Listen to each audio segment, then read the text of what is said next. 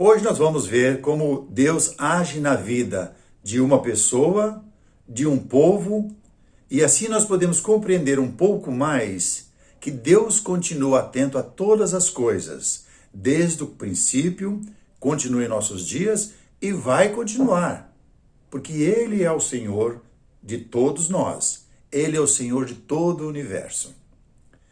Aconteceu com Moisés quando ele foi preparado por Deus desde nascido, desde bebezinho, para poder fazer um trabalho especial para Deus, que seria conduzir o povo que estava no Egito. Aquele povo já havia reclamado para Deus pelo trabalho forçado, os hebreus, lá nas mãos de Faraó no Egito. E Moisés foi preparado. E em um determinado momento, Moisés estava cuidando do rebanho do seu sogro, chamado Jetro. E Deus aparece para ele. Deus apareceu e ele fica um pouco até assustado, porque Deus chama Moisés. E quando ele diz, eis-me aqui, então ele caminha para ver o que está acontecendo naquela sarça. A sarça fumegava com fogo e não queimava. Mas uma coisa Deus diz para ele, tira as sandálias dos pés, porque o lugar em que estás pisando é santo. Então, quem está na presença de Deus, onde está Deus, o lar que habita Deus, é um lugar sagrado e santo, porque as pessoas permitiram que Deus estivesse naquele local. E Moisés vai atender, então Deus aparece para ele. Depois que já passou todo aquele sofrimento de Moisés, no deserto, com aquele povo rebelde, aquele povo que não dava crédito para o que Deus estava falando e sabe o que aconteceu na história. Deus falou que a maioria daquelas pessoas não iam entrar na terra prometida por causa da sua desobediência e não entraram. Mas aparece na história dois daquela geração, Josué e Caleb. Eles entraram na terra prometida. E eu quero começar hoje falando da vida de Josué. Josué capítulo 5, do versículo 13 ao versículo 15. Podemos observar que acontece essa mesma cena, porque uma nova batalha vai estar acontecendo na vida de Josué, mas na vida do povo, que eles teriam que entrar na cidade de Jericó, porque essa terra já havia sido prometido para os descendentes de Abraão, em uma aliança que Deus havia feito com Abraão em Gênesis capítulo 12, que a sua descendência vai ser escrava e peregrina em terras estranhas, no caso nas mãos de Faraó, no Egito, e agora já estão na terra prometida. Já atravessaram o Mar Vermelho, todo o deserto, já atravessou o Rio Jordão, agora já está na terra prometida, mas a batalha continua. E eles vão ter que enfrentar. Mas, pela leitura que nós vamos fazer, você vai ver que era uma cidade fortificada, muros altos, que para estes homens seria muito difícil. E Josué está à frente desse trabalho e Deus aparece para ele. Capítulo 5, só para a gente entrar um pouco mais nesse conteúdo que eu acho riquíssimo, que nos ajuda muito para entender como Deus age na vida de todos nós ainda. Até hoje, Deus está fazendo a mesma coisa. Mas no versículo 13 do capítulo 5 do livro de Josué, fala que estando Josué ao pé de Jericó, levantou os olhos e olhou, e eis que se achava em pé diante dele um homem que trazia na mão uma espada nua. Chegou-se a Josué, a ele, e disse-lhe, és tu dos nossos ou dos nossos adversários? Respondeu ele, não, sou príncipe do exército do Senhor e acabo de chegar. Então Josué se prostrou com o rosto em terra e o adorou, e disse-lhe, que diz meu senhor ao seu servo? Respondeu o príncipe do exército do Senhor a Josué, descalça a sandália dos pés, porque o lugar em que estás é santo. E fez Josué assim. Tira a sandália dos pés, porque o lugar que você está é santo, quer dizer, tira a sujeira, livre dessas coisas, porque você está aproximando para o santo. Então, mais uma vez, Deus comunica com o homem o mesmo que ele fez em Êxodo, capítulo 5, com Moisés. Repete a cena com Josué, agora já na terra de Canaã, aquela terra que mana leite e mel. E assim fez Josué. E nós vamos ver que Josué vai acatar algumas palavras do Senhor que para nós não faz muito sentido. Nós entendemos que para você derrubar uma muralha que está atrapalhando você cumprir as coisas que Deus determinou na sua vida, e vamos falar de muro físico, uma fortaleza que cercava toda a cidade. Vamos imaginar que nós vamos precisar de guindastes, talvez de algumas dinamite, para detonar aquele muro. Mas Deus faz uma coisa diferente.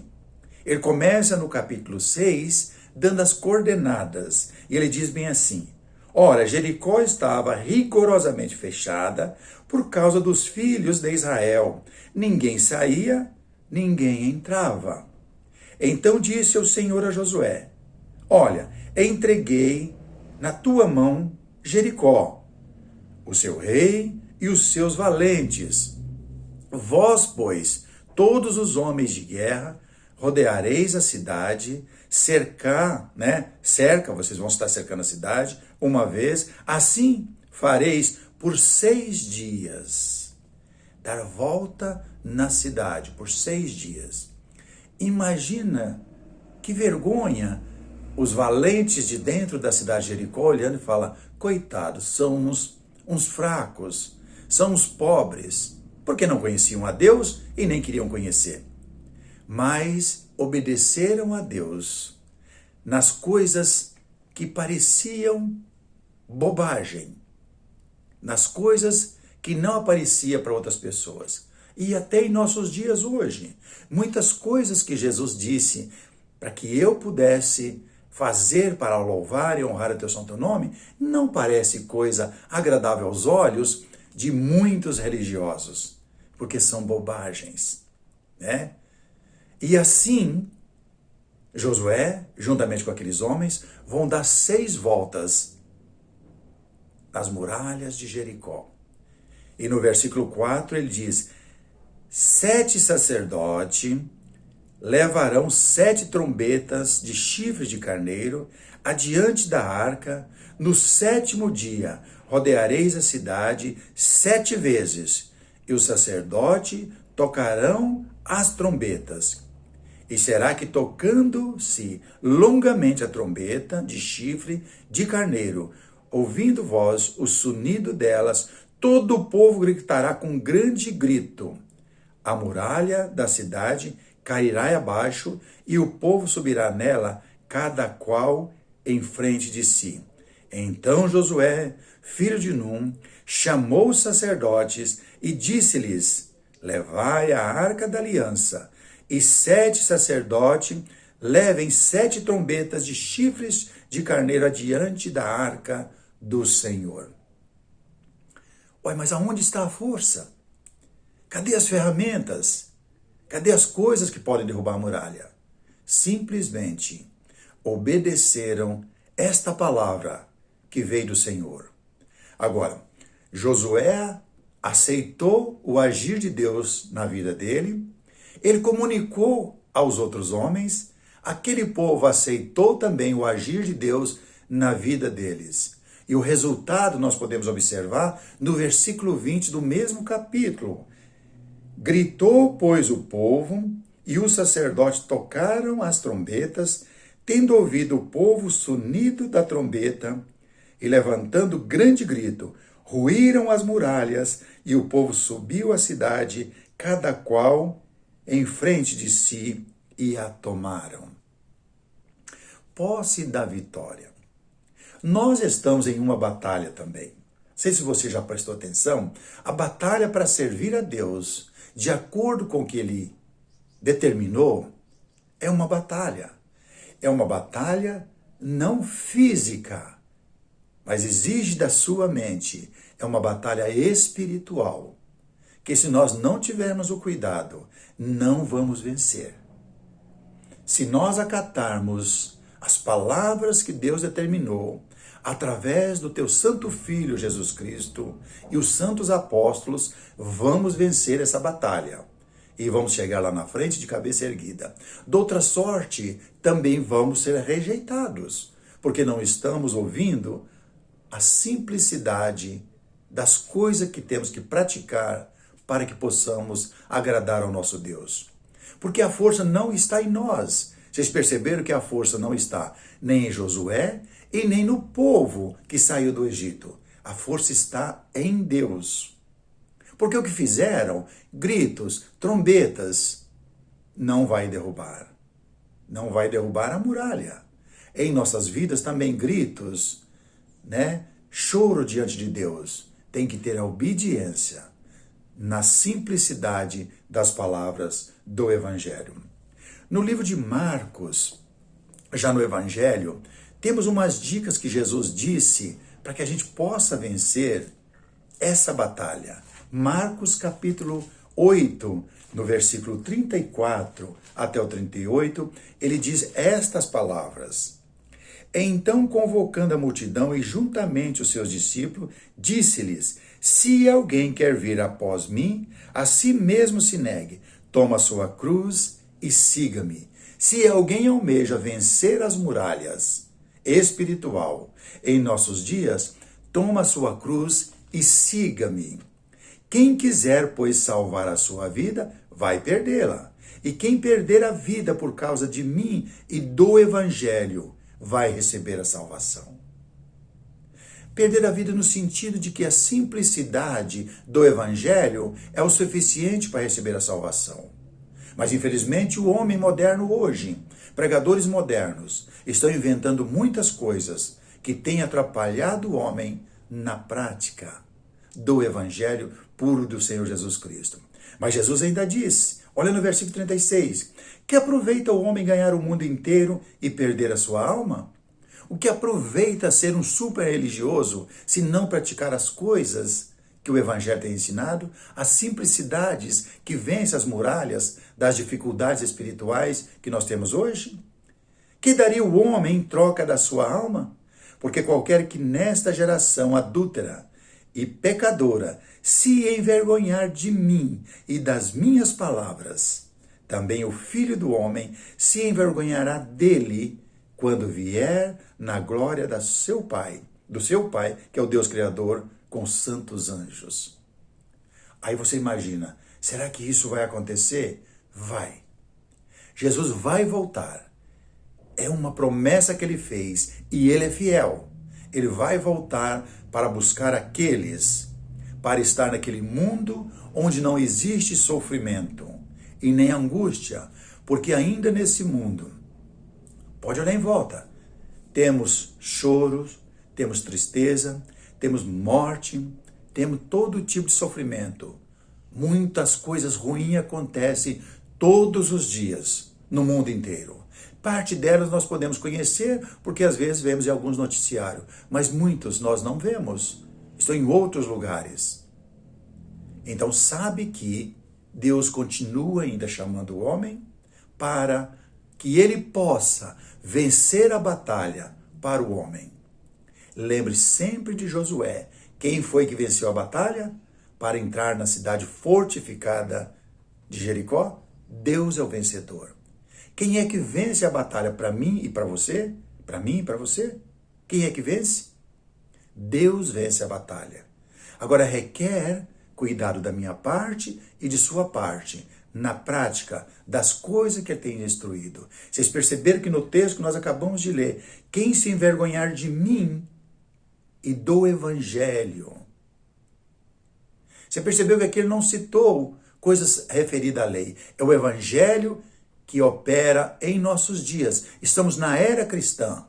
A voz do Senhor é através do Filho. Se você é uma pessoa curiosa, ele diz bem isso em Hebreus capítulo 1, que Deus em outro tempo falou aos nossos pais no passado. Através dos profetas, através da lei, mas nestes últimos dias, na era cristã, ele fala através do Filho. E o que é que Jesus ia anunciando? O Evangelho, a boa nova, que é superior a qualquer ensino para salvar o homem. Ele ainda diz um pouco mais para ajudar a gente em Mateus capítulo 25, que ele vai voltar e esse dia vai chegar. E quando esse dia chegar, agora, o homem não tem chance de procurar outra coisa, porque o dia é hoje. A batalha é hoje, na minha vida e na sua vida. A batalha espiritual, que nós temos que usar a simplicidade da palavra do Senhor, o nosso Salvador Jesus Cristo, para vencer a muralha. Ele diz em Mateus capítulo 25, no versículo 31, quando vier o Filho do Homem na sua majestade e todos os anjos com ele, então se assentará no trono da sua glória, e todas as nações serão reunidas na sua presença, e ele separará uns dos outros, como o pastor separa dos cabritos as ovelhas. E porá as ovelhas à sua direita, mas os cabritos à sua esquerda. E então dirá o rei aos que estiverem à sua direita: vinde benditos de meu Pai, entrai na posse do reino que vos está preparado desde a fundação do mundo. Eu imagino que não vai ter dia como esse. Para ambos os lados. A Bíblia fala que esse dia vai ser de grande alegria para aqueles que estiverem à direita de Deus.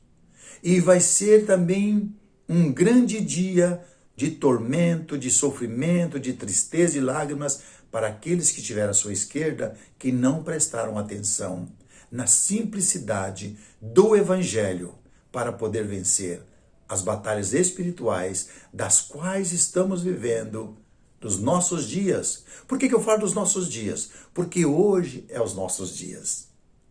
Se os nossos filhos, nossos netos alcançarem, vai ser o dia deles.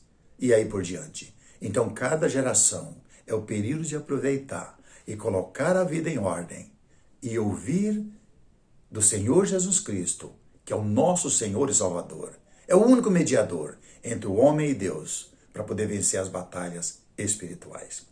Que Deus lhe abençoe, Ele dê sabedoria para usar o tempo que se diz hoje para vencer e ser um vencedor para aquele grande dia estar à direita do Senhor e Salvador.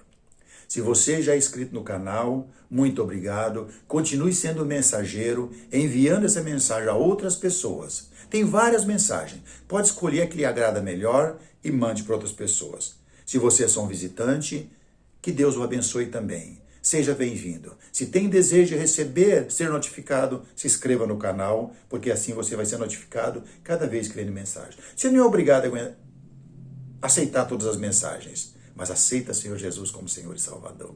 Que Deus nos abençoe.